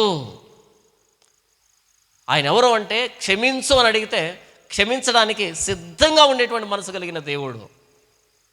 ప్రతి మానవుడికి క్షమాపణ అవసరం, చనిపోయేలోపు క్షమాపణ అవసరం. ఎందుకు అవసరం? మనం మంచోళ్ళం కాదు. కోటీశ్వరుడు కావచ్చు, పేదోడు కావచ్చు, ఇద్దరం పాపులమే. ఇద్దరికి క్షమాపణ కావాలి. సంపూర్ణ ఆరోగ్యవంతులు ఉండొచ్చు, లేదా గ్రస్తులు ఉండొచ్చు, ఇద్దరు పాపులే. ఇద్దరికి క్షమాపణ కావాలి. ఆ క్షమించే దేవుడు ప్రభువైన యేసుక్రీస్తు. బైబిల్ ఒక ఆయన ఉన్నాడు, ఆయన పేరు రాజైన దావీదు. చిన్నతనం నుంచి దేవుడు అంటే భయభక్తులు కలిగినవాడు. చిన్నతనంలోనే గొర్రెలు వేపుకునేటప్పుడు, పశువులు వేపుకునేటప్పుడు కీర్తనలు వ్రాసేటువంటి దేవుడి మీద, యెహోవా నా కాపరి, నాకు లేమి కలగదు. ఆయన్ను గొర్రెగా, దేవుణ్ణి కాపరిగా పోల్చుకుంటే, ఈయన గొర్రెలు మేపుతున్నాడు, కానీ ఈయన మేపుతూ దేవుణ్ణి కాపరిగా, ఈయన్ను గొర్రెగా పోల్చుకుంటూ యెహోవా నా కాపరి, నాకు లేమి కలగదు అంటూ చిన్నతనం నుంచే దేవుడి మీద కీర్తనలు రాసినటువంటి భయభక్తులు పెరిగినటువంటి ఆయన వయసులో ఉన్నప్పుడు, ఆ యుద్ధ మైదానికి వచ్చినప్పుడు 6 మూలల జానుడు ఉన్నాడు గొల్యాతు. మొత్తం ఇశ్రాయేలు దేశ సైన్యం అంతా, చివరికి ఇశ్రాయేలీల్లో అందరి భుజాల కంటే ఎత్తుగా ఉండేటువంటి వ్యక్తి ఎవరంటే సౌలు. అలాంటి వాడి సింహాసనం మీద కూర్చొని వణికిపోతున్నాడు ఆ గొల్యాతు ఆకారాన్ని చూసి. దావీదు పొట్టుకుంటాడు, 5 అడుగులు ఉంటాడు. ఆయన ఆ స్కల్ప్చర్ ఉంటుంది కదా, ఆ శిల్పం రోమ్లో 5 అడుగులు ఎత్తరి కాదైనా పొట్టుకుంటాడు, కానీ గుండె సింహపు గుండె. ఎత్తరి కాదు కానీ గుండె మాత్రం సింహపు గుండె అయింది. మొత్తం ఇశ్రాయేలు జాతి గజగజలాడుతున్నటువంటి వ్యక్తిని చూసి ఈయన అంటాడు, సున్నతులైన ఈ ఫిలిస్తీయుడు జీవం కలిగిన దేవుని ప్రజలైన మమ్మల్ని తిరస్కరించడానికి ఎంతటి వాడు వీడు, కుక్కను చూసినట్టు చూశాడు. అంతటి ధైర్యశాలి. యుద్ధము యెహోవాది. అంటే ఇది దేవుడికి గొల్యాతుకు మధ్య జరుగుతున్నటువంటి యుద్ధం. దేవుణ్ణి గుండెల్లో పెట్టుకొని వచ్చాడు గొల్యాతు మీద యుద్ధానికి. దేవుడు అంటాడు దావీదుని, నా హృదయానుసారుడు, నా ఇష్టానుసారుడు, నా ఆలోచనలను నెరవేర్చేటువంటి వాడు అని మాట్లాడతాడు. ఆయన సింహాసనం మీదకి రావడం వెంటనే ఎక్కడో ఉన్నటువంటి కిర్యత్యరీంలో ఉన్నటువంటి మందసాన్ని పట్టుకోండి. మందసం లేక రాజ్యం భ్రష్టుపట్టిపోయింది. దేవుని తీసుకొచ్చాడు మొట్టమొదట తన రాజధానిలోనికి.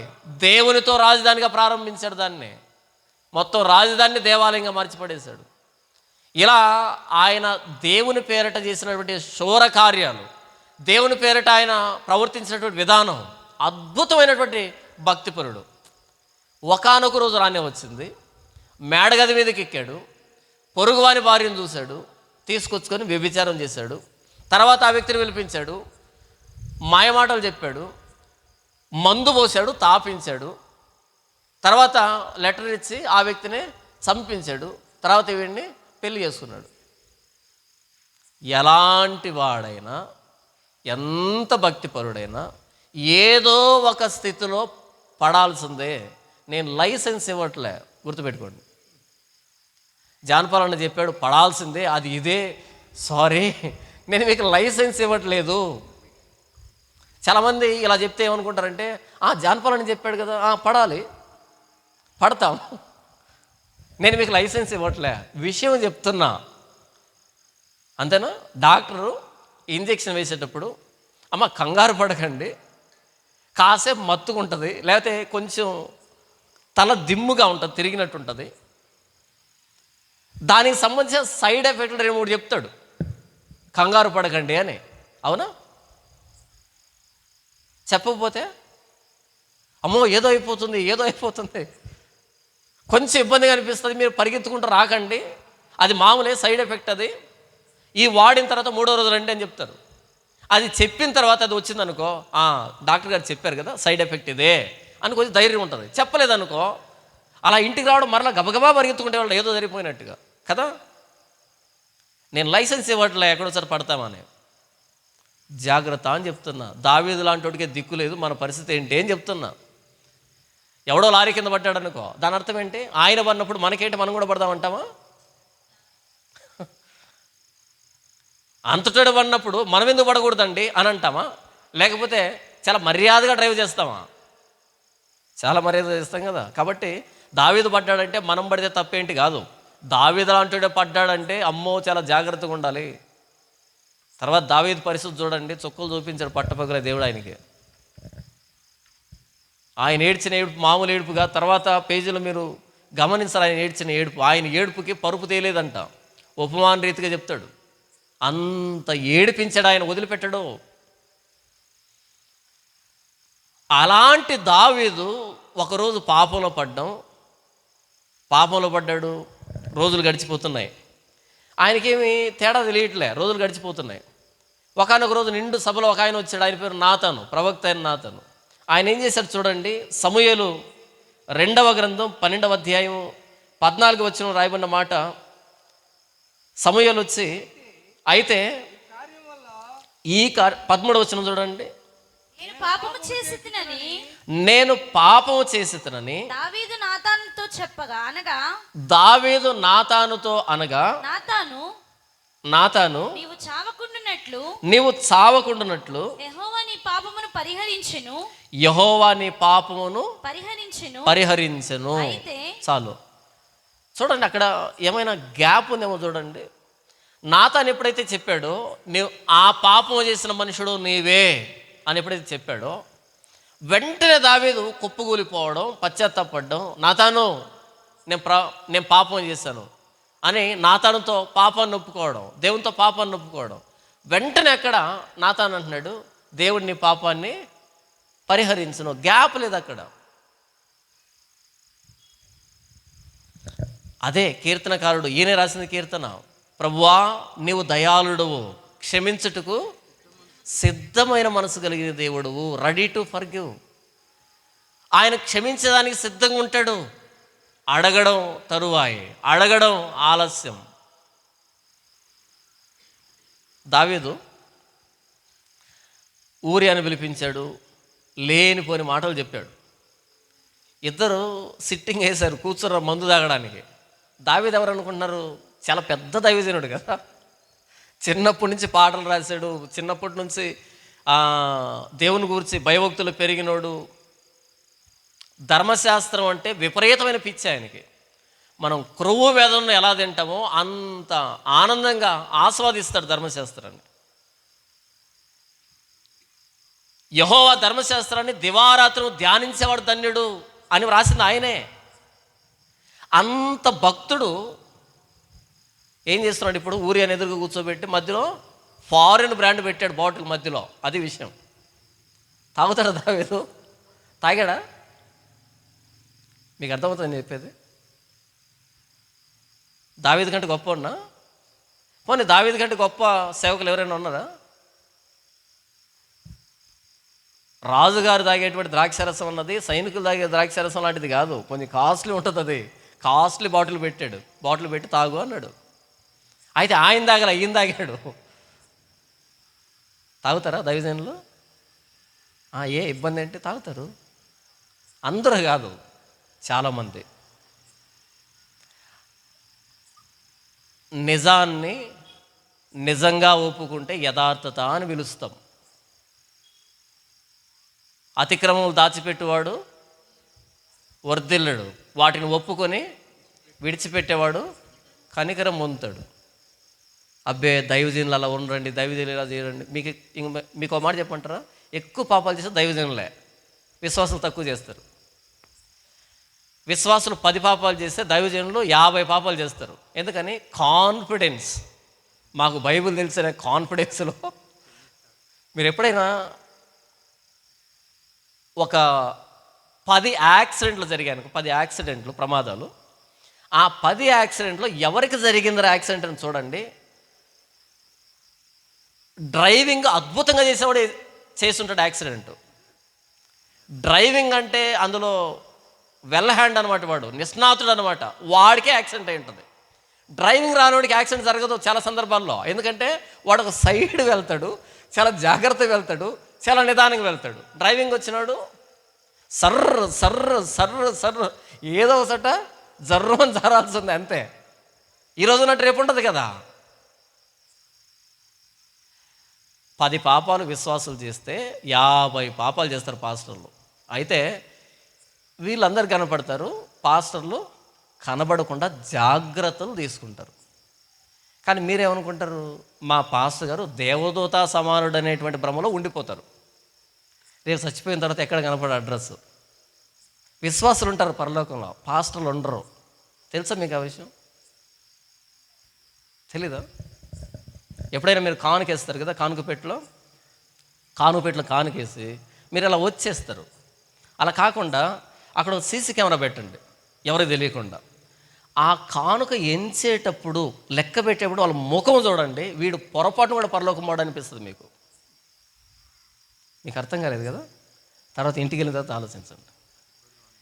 దీనికోసమే పుట్టారేమో అనేటట్టుగా వాళ్ళ ముఖం ఉంటుంది.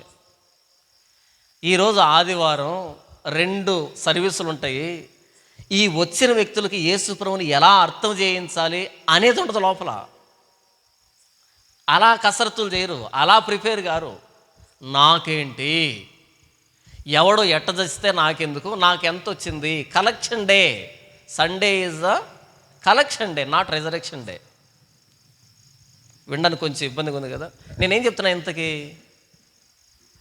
పాస్టర్లు తాగరన్నారు అనుకో, మీకు మించిన అమాయకులు ఈ ప్రపంచంలో లేరని చెప్తున్నా. అది విషయం. ఎందుకంటే దావీదు ఫారిన్ బ్రాండ్ పెట్టాడు ఊరియా మధ్యలో, ఆయనకు పోసాడు, ఈయన తాగాడు. అబ్బా ఏం టేస్ట్ ఉందని ఊరిస్తున్నాడు, కానీ ఊరియా ఊరిపోలే, తాగలే, తాగాడు మనోడు. తాగి ఏం మాట్లాడుంటాడు, నోటికి వచ్చింది మాట్లాడుంటాడు. వినలేదని ఏం చేశాడు తెలుసా, ఆయన చంపించేశాడు. ఏది పెద్దది, తాగుడా మర్డరా? మర్డర్ పెద్దది కదా, మర్డర్ కూడా చేశాడు దావీదు. తర్వాత మ్యారేజ్ చేసుకొని అందరికి కవరింగ్ ఇచ్చాడు. ఏదో ఉదారశీరులాగా సైనికుడు మరణించాడు, ఆవిడ పాపం ఇలా ఉండిపోతే దిక్కెవరు, కాబట్టి నేను చేసుకున్నానని పెద్ద కవరింగ్ ఇచ్చాడు సమాజంలో. కానీ ఈయనే చంపించాడనే విషయం తెలియదు. అహీతోపెలుకు తప్ప మిగతా వాళ్ళకి ఎవరికి తెలియదు మ్యాటరు. నేనేం చెప్తున్నా, ఇంతకీ ఆయన పరిస్థితి ఇంత దారుణంగా ఉంటే మరి మన పరిస్థితి? మనకు ధర్మశాస్త్రం అంటే గెట్టదు, అసలు బైబిల్ ఏముందో మనకు తెలియదు. అక్కడక్కడ 4 ఉపమానాలు 4 కథలు తప్ప ఏం తెలియదు మనకి. ఆ ఉపమానానికి ఒక కథ తగిలించి ఒక సాక్ష్యం తగిలించి కొడితే సండే అయిపోతుంది అంతే. అలాంటోడే పడ్డాడు. అయితే ఏం అవసరమైందట దావీదుకి? అప్పుడు క్షమాపణ అవసరమైంది. మన దేవుడు సాధించే దేవుడు కాదు, మన దేవుడు క్షమించేదానికి సిద్ధమైన మనసు కలిగిన దేవుడు. అంత జ్ఞానికి, అంత చక్రవర్తికి, అంత భక్తుడికి ఆయనకే క్షమాపణ అవసరమైతే ఆ క్వాలిటీస్లో ఏది లేనటువంటి మనకి క్షమాపణ వద్దా? కావాలి, అత్యవసరం. ఇంకో మాట చెప్పమంటారు, మత్తయి సువార్తలో దావీదుని గురించి వ్రాస్తూ ఊరియా భార్యగా ఉండిన ఆమె యందు దావీదు సొలొమోను కన్నాడని రాస్తాడు. ఊరియా చనిపోయాడు, ఇప్పుడు దావీదు భార్య అయింది. దావీదు బత్షెబా యందు సొలొమోను కన్నాడు, ఇది కదా రాయాల్సింది. కానీ ఏమని రాశాడు? ఊరియా భార్యగా ఉండిన బత్షెబా యందు సొలొమోను కన్నాడు. అంటే భార్య ఊరియా భార్య, దావీదు భార్య కాదా? ఈ సంఘటన జరిగి ఎంతకాలం అయింది? కొన్ని వేల సంవత్సరాలు అయింది. కొన్ని వేల సంవత్సరాలైనా దేవుడు దాన్ని మూసిపెట్టలే, పబ్లిక్గా చెప్తున్నాడు. దావీదు సొలొమోను కన్నాడే, ఆవిడ ఊరియా భార్య. అదేంటి ప్రభు, మరి దావీదు తెచ్చుకున్నాడు, అన్యాయం చేశాడు. దేవుడు పాపాన్ని మూసిపెట్టడు. దావీదుని నా హృదయానుసారుడు అన్నాను నేను. మరి అలాంటి దావీదు ఇలాంటి పాపం చేశాడని రాయిస్తే నా పరువు పోతుంది కదా. దేవుడు పరువు ఎందుకు పోతుంది? నాకు తెలియగలుగుతాను చేసిన దావీదు అయితే. మనకు బైబిల్ అర్థం కాలే, లాజిక్ తెలీదు, రీజనింగ్ తెలీదు. జాన్ పాల్ తప్పు చేశాడు అనుకో, దేవుడు పరువు ఎందుకు పోతుంది? దేవుడు పరువు పోతుంది, నా పరువు పోతుందా? యేసు ప్రభు తాగడు, యేసు ప్రభు అబద్ధం చెప్పడు, యేసు ప్రభు వ్యభిచారం చేయడు ఎప్పటికీ. యేసు ప్రభు నమ్ముకున్న నేను ఇందులో ఏదైనా తప్పటడుగు వేయచ్చు. ఛాన్స్ ఉందా? ఛాన్స్ ఉందా లేదా? ఒకవేళ లేదు అంటే ఇంక యేసు ప్రభు అక్కర్లేదు, నాకు మీకు కూడా అక్కర్లేదు. ఇక నన్ను నమ్మితే సరిపోతుంది. ఎందుకని? జాన్ పాల్ అంత పర్ఫెక్ట్ ఇంకొక లేడంటే ఇక నన్ను నమ్మేసేయండి, యేసు ప్రభు వద్దు మీకు. రక్త మాంసాల్లో ఉన్నంత కాలం పాపం జరిగేదానికి అవకాశం ఉంది. కాబట్టి ఏ మానవుని కూడా చూసి వీడు 100% పర్ఫెక్టు అని అనకండి. దావీదు తాగాడు, దావీదు బూతులు మాట్లాడాడు, దావీదు వెర్రి మాట మాట్లాడాడు, దావీదు మర్డర్ చేశాడు, వ్యభిచారం చేశాడు. దేవుడు ప్రతి దాన్ని డీటెయిల్డ్గా వ్రాయించాడు. యుగాంతం వరకు బైబిల్ ఉన్నంతకాలం దావీదుని ఆ లోపాన్ని చూపెడుతున్నాడు దేవుడు. దేవుడు మూసిపెట్టడు. కానీ ఈయన నా హృదయానుసారుడు. ఏ విషయంలో? తప్పు జరిగినప్పుడు దావీదు కూడా మూసుకునే రకం కాదు. తప్పు జరిగినప్పుడు భక్తులు మూసి పెట్టుకోరు, ఏం చేస్తారు? ఒప్పుకుంటారు. అది భక్తుల లక్షణం. పాపాత్మ లక్షణం ఏంటి? కప్పుకుంటారు, మూసి పెట్టుకుంటారు. ఇది పాపాత్మ లక్షణం. భక్తుడు అంటే పాపం చేయనోడని కాదు, పాపం చేశానని ఒప్పుకునేవాడు. పాపాత్ముడు అంటే పాపం చేసేవాడు కాదు, నేనేం పాపం చేశాను అనేవాడు. డెఫినేషన్ అర్థమైందా మీకు? భక్తుడు అంటే అబ్బే పాపమే చేయడండి కాదు, నేను పాపం చేశానని చచ్చేంత వరకు ఒప్పుకునేవాడు భక్తుడు. పాపాత్ముడు అంటే పాపాలు చేసేవాడని కాదు, ఎందుకంటే అందరం చేస్తాం. అయితే పాపాత్ముడు ఏం చేస్తారంటే మేమేం పాపం చేసాము అని అంటారు. అంటే వాళ్ళకి అది పాపం అని కూడా స్పృహ ఉండదు, అది విషయం. చార్లెస్ స్పర్జన్ ఏమంటాడు అంటే, క్రైస్తవ నీతి అంటే ఏంటంటే, క్రైస్తవ నీతి నా మూలం పాపం, నా మూలం పాపం అని గుర్తెరగడమే క్రైస్తవ నీతి అంటాడు. దీన్నే దావీదు రాస్తాడు 51వ కీర్తనలో, నేను పాపంలో పుట్టినవాడను, పాపంలోనే నా తల్లి నన్ను గర్భం ధరించింది. నా మూలం పాపం, మూలమే పాపం అయితే వేరే చేదైతే మరి చిగురు చేదే, పువ్వు చేదే, పండు చేదే, బెరడు చేదే, కాండం చేదే, మొత్తం అన్నీ చేదే. నా మూలం పాపం, మొత్తంగా నా క్రియలు కానీ, నా చూపులు కానీ, నా ఆలోచన మొత్తంగా పాపనే. ఇది క్రైస్తవ నీతి. అప్పుడు దేవునికి అవకాశం ఉంటుంది, నేను నిన్ను క్షమిస్తున్నాను అనేదానికి. మన పాపం ఏంటో మనం గుర్తెరగకపోతే క్షమాపణ అనేది మనకు ఎలా అర్థమవుతుంది? దాని అవసరం ఏంటో మనకు ఎలా తెలుస్తుంది? దావీదు లాంటోడే పాపం చేయాల్సి వచ్చింది. పాపం చేసినప్పుడు నాతాను నేను పాపం చేశానని అడగాల్సి వచ్చింది. ప్రభు ఆయన్ను క్షమించాడు. వెంటనే క్షమించడానికి సిద్ధమైన మనసు కలిగిన దేవుడు. ఆయన రాసిన కీర్తన 86వ కీర్తన, ప్రభువా నీవు దయాళుడివి, క్షమించుటకు సిద్ధమైన మనసు కలిగిన దేవుడివి. ఈరోజు మనకు ఆయన అర్థం కాలే మన దేవుడు ఎవరన్నది. 103వ కీర్తన 3వ వచనం చూడండి. అక్కడ భక్తుడు ఏమని రాస్తున్నాడో చూద్దాం. 103వ కీర్తన, ఆయన నీ దోషములన్నిటిని క్షమించువాడు, ఆయన నీ దోషములన్నింటినీ క్షమించువాడు, నీ సంకటములన్నింటినీ కుదుర్చువాడు.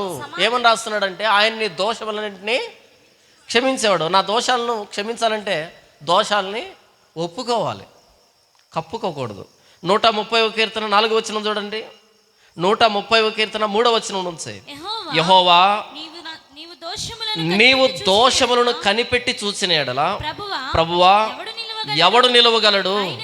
అయినను జనులు నీ యందు భయభక్తులు నిలుపునట్లు నీ యొద్ద క్షమాపణ దొరుకును. భక్తుడు వ్రాస్తున్న మాట ఏంటి తెలుసా? యెహోవా నీవు దోషములను కనిపెట్టి చూసిన ఎడల ప్రభువా ఎవడు నిలవగలడు? ఏ మానవుడు నేను దోషరహితుడిని అని చెప్పగలడు? ఎవరు లేరు, నీతిమంతుడు లేడు, ఒక్కడు లేడు. అయితే అయినను జనులు నీ యందు భయభక్తులు నిలుపునట్లు నీ యొద్ద క్షమాపణ దొరుకును. ఎందుకు మనం ఈరోజు దేవుడికి భయపడుతున్నాం? ఎందుకు మనం ఈరోజు దేవుడికి భక్తిని సమర్పిస్తున్నాం? ఎందుకు ఈరోజు దేవుని మనం ఆరాధిస్తున్నామంటే ఆయన దగ్గర మనకు క్షమాపణ దొరికింది కాబట్టి. మనం దేవుణ్ణి ఆరాధించాల్సిన కారణం ఏంటంటే ఆయన మనల్ని క్షమించాడు కాబట్టి. క్షమాపణ అర్థమైతే ఆరాధనకి అర్థం వస్తుంది, అర్థవంతమైన ఆరాధన చేస్తాం. మీకు పేతురు తెలుసు కదా, కొత్త నిబంధనలో ప్రభువైన యేసుక్రీస్తు అని చెప్పాడు, ఈరోజు రాత్రి నన్ను పట్టుకుని వెళ్తారు, నన్ను సిలువెక్కిస్తారు ఆయన చెప్పాడు. చెప్పి పేతురుతో అన్నాడు, పేతురు అన్నాడు, ప్రభువా నా ప్రాణం పోయినా సరే నేను నిన్ను వదిలిపెట్టను అన్నాడు. గొర్రెల కాపరిని కొడతాను, గొర్రెలు చెదిరిపోతాయి అనేటువంటి లేఖనం నెరవేరాలి. ఈరోజు రాత్రి నన్ను పట్టుకుంటారు, మీరంతా చెదిరిపోతారు. ఏంటి ప్రభువా చెదిరిపోతామా? నా ప్రాణం పోయినా సరే నేను వదిలిపెట్టను. అప్పుడు యేసు ప్రభు అన్నాడు, కోడి కూయక మునిపే 2 సార్లు కూయక ముందే 3 సార్లు నువ్వు నన్ను ఎరుగునని చెప్తావు. యేసు ప్రభు ఎవరో తెలియదు అంటావు. ఏంటి ప్రభు అంత మాట అనేసావు? నేను అలా అంటేనా? నా గురించి తెలియదా? బహుశా యేసు ప్రభు అలా చూస్తే దోరగా నవ్వి ఉంటాడు, అంతే కదా. ఎందుకంటే ఈయనకు రేపు ఉదయం ఏం జరుగుతుందో తెలియదు ఈయనకి, కానీ యేసు ప్రభు తెలుసు కదా, దోరగా నవ్వి ఉంటాడు. సర్లే పేతురు, పట్టుకున్నారు. అరే నీ పలుకు వింటూ ఉంటే, నీ యాస వింటూ ఉంటే నీది గలిలే ఉన్నట్టుంది. గలిలేయుడికి యోదయలో ఏం పని అంటే? యేసు ప్రభు శిష్యుడువా? యేసు ప్రభు ఎవరో నాకు తెలియదు, ఆయన ఎప్పుడు చూడలే, ఆయన మాట వినలే, నేను కానే కదా అని ఒట్టు పెట్టుకోవడానికి చెప్పించుకోవడానికి సిద్ధపడ్డాడంట. అప్పుడు యేసు ప్రభు చూశాడంట. ముమ్మారు ఆయన బొంగుతున్నప్పుడు యేసు ప్రభు చూశాడు. చూడగానే బయటికి వెళ్ళి పశ్చాత్తపడి ఏడుస్తున్నాడు. యేసు తనతో అనిన మాట పేతురు జ్ఞాపకం చేసుకుని వెలుపలికి పోయి సంతాపపడి ఏడ్చెను. ఏం తెలియజేస్తుందా ఏడుపు? ప్రభువా నాకు తెలుసు అబద్ధం చెప్పకూడదని, నువ్వు చెప్పావు అబద్ధం చెప్తానని, తెలిసే అబద్ధం చెప్పాను. ఇప్పుడు ఏం కావాలి? క్షమాపణ కావాలి. సంతాపపడి ఏడుస్తున్నాడు. యేసు ప్రభు క్షమించాడా? యేసు ప్రభు క్షమించాడా? యోహాను సువార్త 21వ అధ్యాయం 15 వచనం నుంచి 19 వరకు చూస్తే యేసు ప్రభు పేతురు దగ్గరికి వచ్చి, పేతురు నీవు నన్ను ప్రేమిస్తున్నావా? మొదటిసారి, ప్రభా నేను ప్రేమిస్తున్నా నీకు తెలుసు కదా. రెండోసారి, పేతురు నీవు నన్ను ప్రేమిస్తున్నావా? ప్రభా నేను ప్రేమిస్తున్నా. పేతురు నీవు నన్ను ప్రేమిస్తున్నావు. మూడోసారి, ఎందుకు 3 సార్లు అడుగుతున్నావు ప్రేమిస్తున్నావా అని? 3 సార్లు బొంకాడు కాబట్టి 3 సార్లు మళ్ళీ కన్ఫర్మేషన్, ప్రేమిస్తున్నావు ఎంతకి? అరే యేసు ప్రభు ఎవరో నాకు తెలియదని బొంకినటువంటి ఆయన దగ్గరికి రావడం ఎందుకు? క్షమించుటకు సిద్ధమైన మనసు కలిగిన దేవుడు. చాలామంది నాకు ఫోన్ చేస్తారు, అన్నా మరలా అదే పాపంలో పడ్డానన్నా, క్షమిస్తాడా? క్షమిస్తాడు. క్షమిస్తాడు అంటే మరలా చేయమని చెప్పట్లేదు నేను ఇక్కడ. క్షమిస్తాడు. క్షమించడానికి సిద్ధమైన మనసు కలిగిన దేవుడు. అడుగు, క్షమాపణ అడుగు, క్షమాపణ అడుగు. యేసు ప్రభు దగ్గరికి పేతురు అడుగుతాడు వచ్చి, ప్రభా నా సహోదరుడు నా ఎడలో తప్పిదం చేశాడు, ఎన్నిసార్లు క్షమించమంటావు ప్రభా? 7 సార్లా? యేసు ప్రభు ఏమన్నాడు? 7 కాదు, ఇంకో 7 పక్కన తగిలించి 77 సార్లు. అంటే 78వ సారి కక్ష తెచ్చుకోవచ్చా? కాదు. 77 సార్లు క్షమించడం అలవాటు అయితే 78వ సారి ఆటోమేటిక్గా క్షమించేస్తావు, అలవాటు అయిపోతుంది. మరి యేసు ప్రభు ఆయన శిష్యులకే 77 అని చెప్తే మరి యేసు ప్రభు ఎన్నిసార్లు క్షమిస్తాడు? నంబర్ ఉందంటవా? ఆయన్ను అనుసరించినటువంటి పేతురికే 77 సార్లు అని నంబర్ చెప్తే ఆయన మనుషులంగా 77 సార్లు క్షమిస్తావా? ఏం చెప్తున్నాడు ఆయన అంటే 7 కాదు 77. అంటే క్షమించడం నీ లక్షణం కావాలి, క్షమించడం నీ స్వభావం కావాలి. ఆ మాట చెప్పిన యేసు ప్రభు ఎన్నిసార్లు క్షమిస్తాడు మనల్ని? మనకు అర్థం కాక చాలామంది అంటారు, అన్న ఇక నన్ను దేవుడు క్షమించడన్నా. సారీ, ఆ మాట ఎప్పుడు అనొద్దు. ఇలా ముక్కు దగ్గర వేలు పెట్టుకో, గాలి ఆడుతుంది కదా, అయితే క్షమాపణ ఇంకా నీ కోసం ఎదురు చూస్తుంది. ఇది ఆగితే నేను చెప్పలేను, ఇది ఆగకుండా ఆడుతుందంటే ఇంకా క్షమాపణ నీకు వేచి ఉంది అని అర్థం. బ్రతికున్నావంటే ఏ క్షణమైనా సరే చనిపోకముందు ప్రభువా క్షమించని అడగగలిగితే ఆయన క్షమించేదానికి సిద్ధమైన మనసు కలిగిన దేవుడు. కాబట్టి ఏం చేద్దాం మనం ఇప్పుడు? అడ్డమైన తిరుగులని తిరిగి చచ్చిపోయి ముందు అందాం ఆ మాట. ఓకే, అంతే కదా దాని అర్థం. జానపాల్ అని చెప్పాడు, శ్వాస ఆడేటప్పుడు చివరి క్షణంలోనైనా అనొచ్చు అంట. దానికి ఉదాహరణ కూడా శిలువ మీద దొంగ. కాబట్టి మనం కూడా ఏం చేద్దాం? ఇష్టం వచ్చినట్టు తిరిగి లాస్ట్ స్టేజ్లో అమాంతం లారీ ఎక్కిపోయింది దానికి మీద నుంచి ఇలా వేలు పెట్టుకునే దానికి టైం ఉండదు కదా, ఉంటుందా? కాబట్టి ఆయన ఎలాంటి చావు నిర్ణయించడం మనకు తెలియదు. కాబట్టి వేలు పెట్టుకునే టెస్టులు చేయకండి. నేడు అనే సమయం ఉండగానే, ఇప్పుడు ఈరోజే ఇదే అనుకూల సమయం, ఇదే రక్షణ దినం, ఇప్పుడే క్షమాపణ అడుగు. రేపు వేలు పెట్టుకునే టైం ఉంటుందో ఉండదో తెలియదు మనకి. పేతురు 77 సార్లు క్షమించు. మరి ప్రభు ఎన్నిసార్లు క్షమిస్తాడు? శిలువ మీద ఉన్న దొంగ, ప్రభువా నీవు నీ రాజ్యంలోనికి వచ్చినప్పుడు నన్ను జ్ఞాపకం చేసుకో, నేడు నీవు నాతో కూడా పరదేశంలో ఉండు. ఈ ప్రపంచానికి క్షమాపణ కావాలి, క్షమించే దేవుడు కావాలి. ఆయన ప్రభు అయిన యేసుక్రీస్తు. ఎందుకని? ఆయన శిలువ మీద ప్రాణం పెట్టాడు కదా. ఆ శిలువ మీద వేలాడుతున్న యేసు ప్రభువును మనం సరిగ్గా అర్థం చేయించగలిగితే మనకు రావాల్సిన స్పందన ఏంటో తెలుసా? ప్రభువా నన్ను క్షమించు, నేను చేసిన పాపాలకి నీవు శిలువలో ప్రాణం పెట్టావు, నన్ను క్షమించు అనేటువంటి స్పందన వస్తుంది. అది శిలువ. కానీ ఈరోజు మనం శిలువని ఎలా వాడుకుంటున్నామంటే యేసు రక్తం బాటిల్ అంట. అమ్ముతారా మీ గుంటూరులో? కొనుక్కున్నారు ఎప్పుడైనా యేసు రక్తం బాటిల్? యేసు రక్తం బాటిల్ తెచ్చుకొని కడుపు నొప్పి అయితే ఏం చేస్తారు? కడుపు మీద రాసుకొని 2 డ్రాపులు నోట్లో వేసుకోవాలన్నమాట. ఎందుకంటే లోపలికి వెళ్ళి వర్క్ స్టార్ట్ చేస్తుంది. కడుపు నొప్పికి కొబ్బరి నూనెకి ఏంటి లింకు? వాడంటే చదువుకొని చావాలి. మీరు చదువుకున్నారు కదా, పైన స్టిక్కర్ అతికిస్తే యేసు రక్తం అవుతుందా? తలనొప్పి అయితే ఏం చేస్తారు?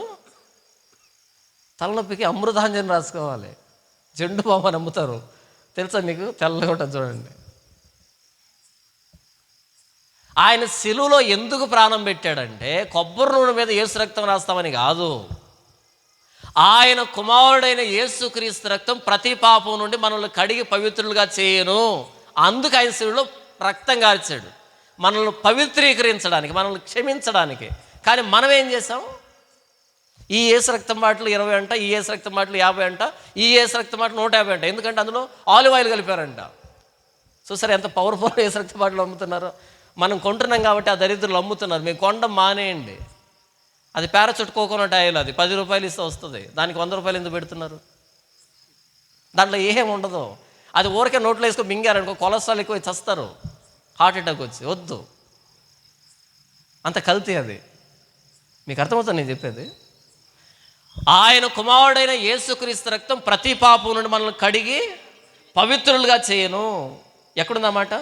1 యోహాను పత్రిక 1వ అధ్యాయము 7వ వచనం నుంచి చదివి వినిపిస్తాను చూడండి. ఆ వర్ణన ఎంత బాగుంటుందంటే, అయితే నేను చదువుతానమ్మా. అయితే ఆయన వెలుగులో ఉన్న ప్రకారం మనమును వెలుగులో నడిచిన ఎడల మనము అన్యోన్య సహవాసం గలవారమై ఉందుము. అప్పుడు ఆయన కుమారుడైన యేసు రక్తం ప్రతి పాపం నుండి మనల్ని పవిత్రులుగా చేయను. మనము పాపము లేని వారమని చెప్పుకొని ఎడల మనము, నేను చెప్పేది పూర్తిగా వినండి, మనము పాపము లేని వారమని చెప్పుకుంటే ఏం చేస్తున్నామంట? ఎవరిని మోసపుచ్చుతున్నాం? మనల్ని మనమే. నిజంగా ఈ 2025 క్రైస్తవాన్ని, ప్రత్యేకించి తెలుగు క్రైస్తవాన్ని చూస్తుంటే ఆశ్చర్యం అనిపించింది నాకు. అదేంటి, ఒక పాస్టర్ తాగుతాడా? ఇదో పెద్ద బేతాల ప్రశ్న. బేతాల ప్రశ్న ఇది. ఏంటి తాగుతాడా? ఏంటి తాగుతాడా? యేసు ప్రభు కాదు తాగింది, మీకేంటి అంత నొప్పి? యేసు ప్రభు తాగితే అప్పుడు నేను కూడా షాక్ అవుతాను. ఆయన తాగడు.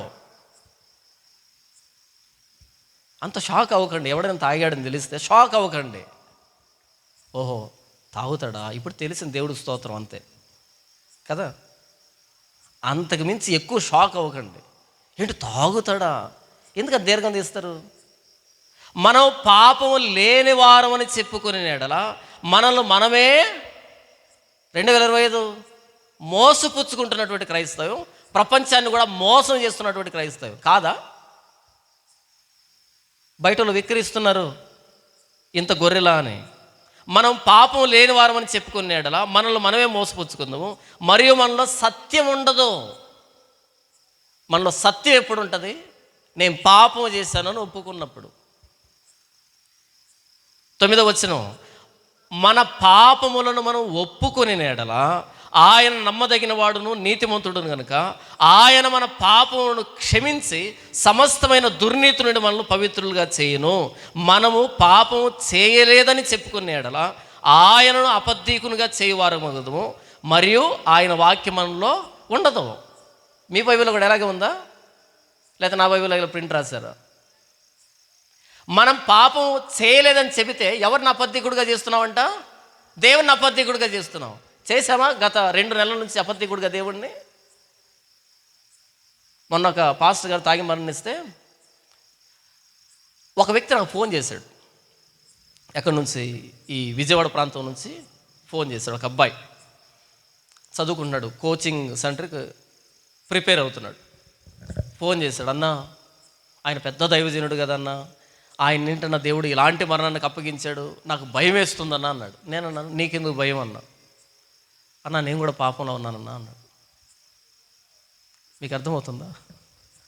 దాన్ని చూసి ఈ అబ్బాయికి భయం వేసింది. ఎందుకో తెలుసా? ఆయన అలా మరణించాడని కాదు, ఆయన్నే దేవుడు అలాంటి మరణానికి అప్పగిస్తే మరి నా బతుకేంటి అని. ఇది కదా కరెక్ట్ రెస్పాన్స్. అంటే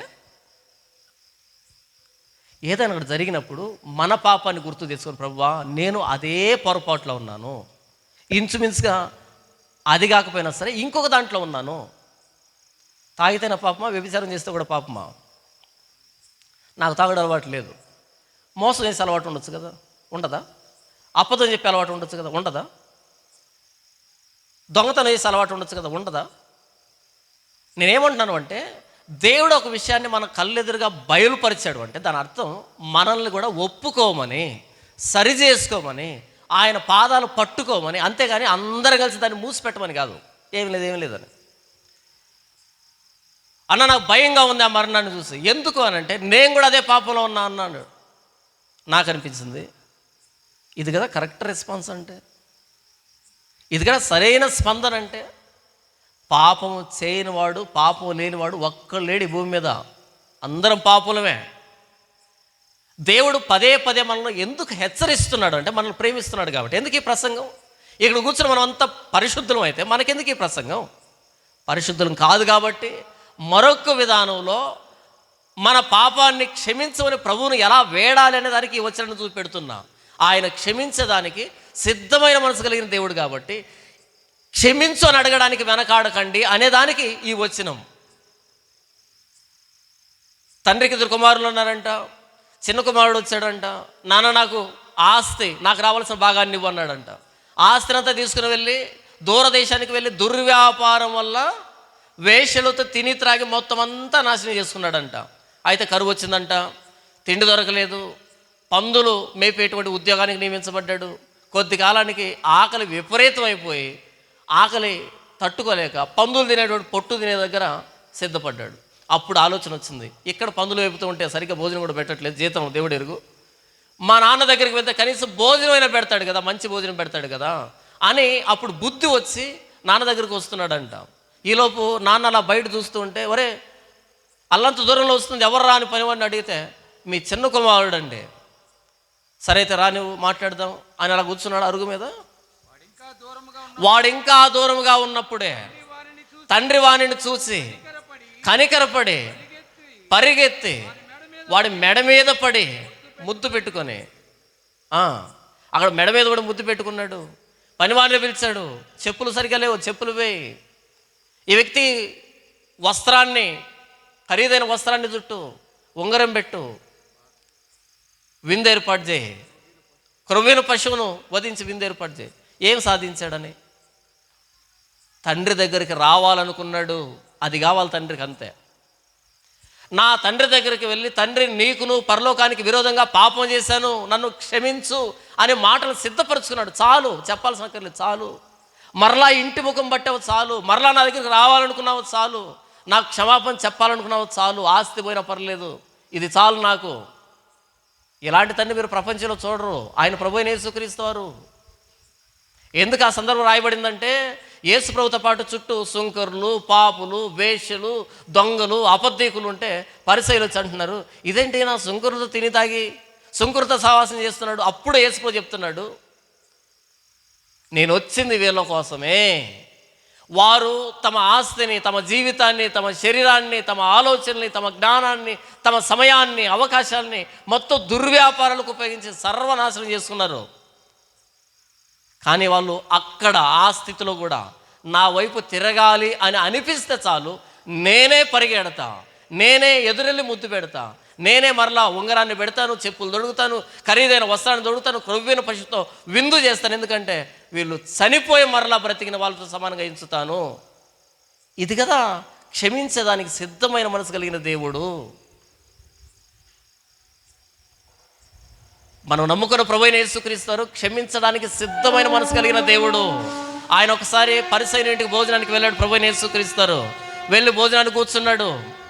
అయితే ఈ లోపు ఒక ఆవిడ దొడ్డిదారు నుంచి పరిగెత్తుకుంటూ వచ్చి ఆయన పాదాల మీద పడి ఆయన పాదాలు ముద్దు పెట్టుకుంటుంది, తల వెంట్రుకలతో తుడుస్తూ ఉంది, కన్నీళ్లు గారుస్తూ ఉంది.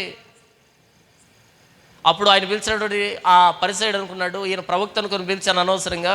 ఈయన ప్రవక్త కాదు, ఈయన ప్రవక్త అయి ఉంటే కనుక ఆ వచ్చినటువంటి స్త్రీ ఎవరో ఎలాంటిదో తెలుసుకుని ఉండేవాడు కదా, అసలు తగలనిచ్చేవాడు కాదు కదా. అప్పుడు యేసు ప్రభు అన్నాడు, సీమోను నిన్న మాట అడుగుతా, ఒక వ్యక్తి 50 దేనారాలు అప్పు ఉన్నాడు, ఒక వ్యక్తికి ఇంకో వ్యక్తి 500 దేనారాలు అప్పు ఉన్నాడు. ఇద్దరు క్షమించబడ్డారు. ఏ వ్యక్తి ఎక్కువ ప్రేమిస్తాడు యజమాన్ని? 50 దేనారాలా 500 దేనారాలా? 500 దేనారాలు. ఈవిడ నన్ను విస్తారంగా ప్రేమించింది కాబట్టి ఈవిడ విస్తార పాపాలు క్షమించబడ్డాయి.